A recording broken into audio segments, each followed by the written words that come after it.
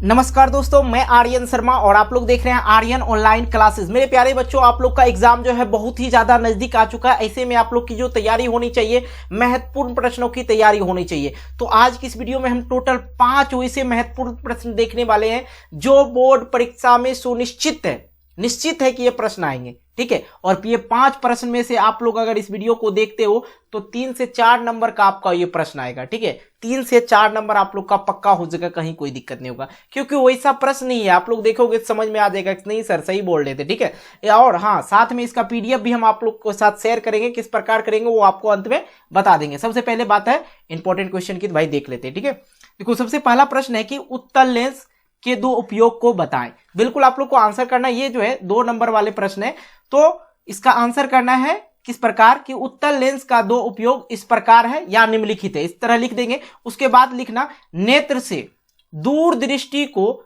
सुधारने के लिए, नेत्र से दूरदृष्टि दोष को सुधारने के लिए किया जाता है। ठीक है, इसका उपयोग साथ में छपाई के छोटे छोटे अक्षरों को पढ़ने में आता है, उत्तल लेंस का उपयोग किया जाता है। ठीक है, अगर छोटा छोटा अक्षर रहता है, छोटा अक्षर रहता है, तो उसके चश्मे में उत्तल लेंस लगा दिया जाए तो उनको बड़ा बड़ा अक्षर दिखाई पड़ता है। बिल्कुल समझ में आ गया। और दूरदृष्टि जिसको दोष है उनको सुधारने के लिए उनके नेत्र लेंस में जो है उत्तल लेंस का उपयोग किया जाता है। तो बिल्कुल समझ में आ गया।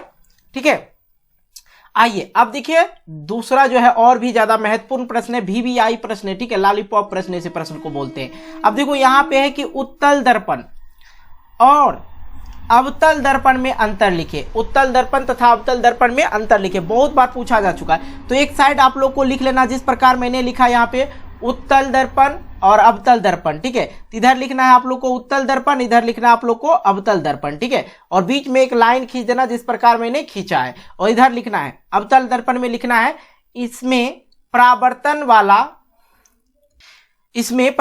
करने वाला चमकीला तल अंदर घसा हुआ होता है। ठीक है, लेकिन उत्तल दर्पण में इसमें परावर्तन करने वाला चमकीला तल बाहर को उभरा हुआ होता है। ठीक है, और दूसरा नंबर करके लिखना है इसमें वास्तविक और आभासी दोनों प्रकार के प्रतिबिंब बनते हैं, और इधर करके दूसरा में लिखना है इसमें आभासी प्रतिबिंब बनता है।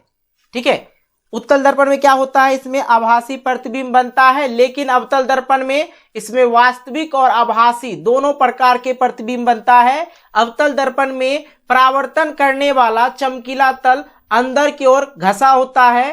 ठीक है, लेकिन उत्तल दर्पण में इसमें परावर्तन करने वाला चमकीला तल बाहर की ओर उभरा हुआ होता है, निकला हुआ होता है। 2 हो गया, कम से कम 4 आप लोग को लिखना है। ठीक है, अब देखो इसमें प्रतिबिंब उल्टा और सीधा बनता है, और इसमें सीधा प्रतिबिंब बनता है। ठीक है, इसमें जो है प्रतिबिंब बड़ा छोटा वस्तु के आकार का तीनों प्रकार का बनता है, और इसमें प्रतिबिंब जो है हमेशा छोटा बनता है।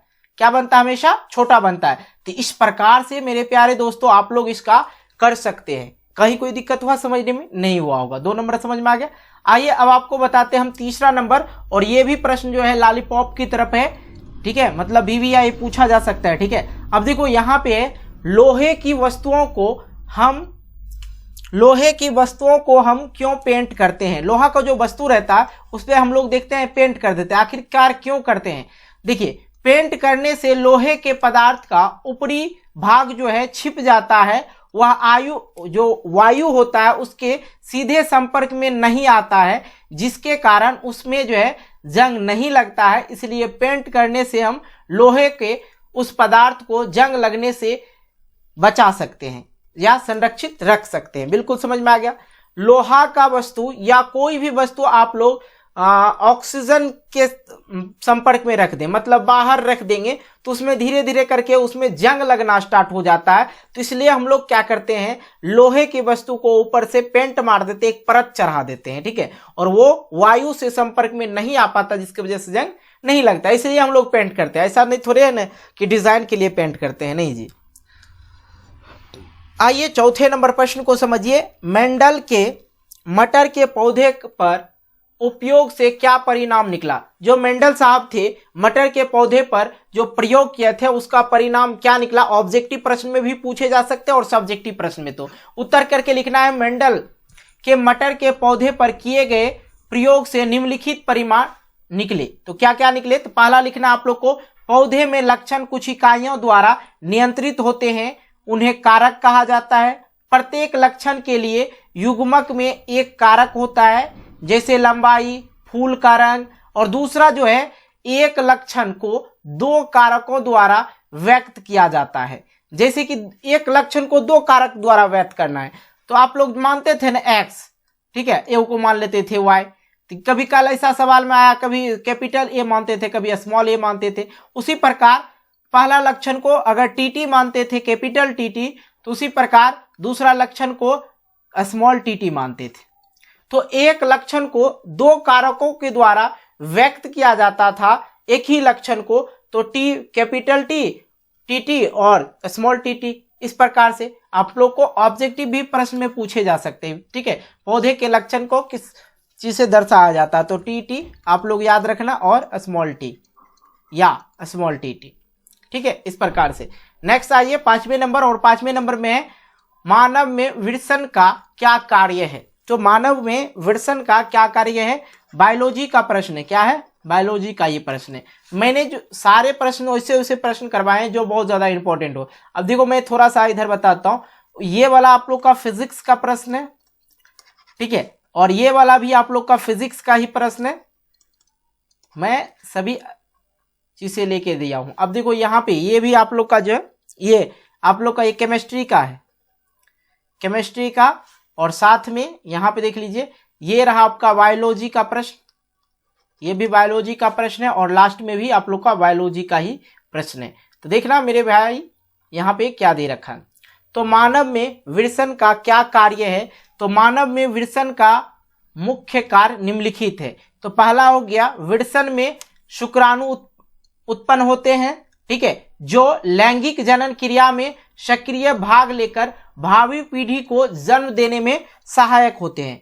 तो विर्सन में क्या होते हैं, शुक्राणु उत्पन्न होते हैं और लैंगिक जनन कार्य में जो है वो सक्रिय भाग लेकर भावी पीढ़ी को वो जन्म देने में सहायक होते हैं, ठीक है। अब दूसरा जो है कार्य है उनका विर्सन में, ठीक है, विर्सन में उत्पन्न हार्मोन जैसे टेस्टोस्टेरोन कहते हैं, ठीक है, जिसे टेस्टोस्टेरोन कहते हैं, और मानव शरीर में द्वितीयक जनन लक्षणों को स्थापित करने के लिए उत्तरदायी होते। तो विर्सन में उत्पन्न हार्मोन जिसे टेस्टोस्टेरोन कहते हैं और मानव शरीर में द्वितीयक जनन लक्षणों को स्थापित करने के लिए उत्तरदायी होते हैं। तो बिल्कुल आप लोग समझ गए, पांचों का 5 प्रश्न आप लोग का कवर करवा दिए। और हाँ, अब रहा बात कि सर पीडीएफ किस प्रकार आप लोग ये मिलेगा मुझे, तो नीचे डिस्क्रिप्शन बॉक्स में आप लोग अगर चेक कीजिएगा तो आप लोग को एक लिंक मिलेगा टेलीग्राम का, और टेलीग्राम में जैसे ही आप लोग ग्रुप से ज्वाइन कर लीजिएगा तो वहाँ पे बहुत सारे पीडीएफ देखने को मिल जाएगा। अगर हाँ वहाँ पे भी नहीं मिले तो आप लोग टेलीग्राम खोलना और उस पर लिखना आर्यन ऑनलाइन क्लासेज, तो वहाँ पे ज्वाइन करके आप लोग को भी ये पीडीएफ मिल सकता है, ठीक है। और हाँ, मैं कोशिश करता हूँ आज अगर ये वीडियो डलता है तो दूसरा दिन आप लोग को पीडीएफ प्रोवाइड करते हैं या शाम तक में प्रोवाइड हो जाता है। तो आर्यन ऑनलाइन क्लासेस आप लोग सर्च कर लेंगे, ठीक है, बाय आर्यन सर लिखा होगा, वहाँ पे देख लेना।